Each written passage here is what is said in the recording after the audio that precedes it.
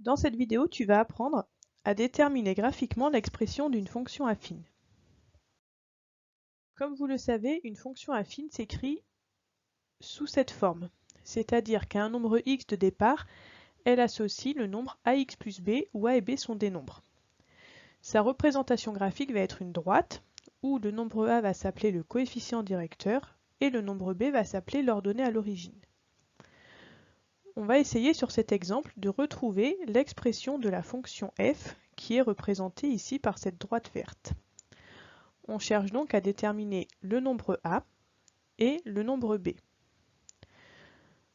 Le nombre b est le plus simple à déterminer. En fait, il correspond à la valeur où en fait la droite ici va couper l'axe des ordonnées. Elle le coupe ici en -3, donc le b est égal à -3. Pour trouver la valeur de a, il faut prendre un point sur la droite, augmenter l'abscisse de 1 et regarder de combien va augmenter ou diminuer l'ordonnée. Donc si je pars de ce point ici, je me décale de 1 sur l'axe des abscisses. Pour retrouver la droite, je me suis décalé de 2 vers le haut. Donc le coefficient directeur de la droite va être égal à 2. Et donc notre fonction f peut s'écrire sous cette forme-là que l'on peut simplifier ainsi. Donc notre fonction f est la fonction qui à x associe 2x moins 3. Pour ce deuxième exemple, on va chercher à déterminer l'expression de la fonction g qui est représentée par cette droite rouge. Donc on doit encore chercher la valeur du nombre a et la valeur du nombre b. Le nombre b, qui est l'ordonnée à l'origine, se lie au niveau du point d'intersection de la droite et de l'axe des ordonnées.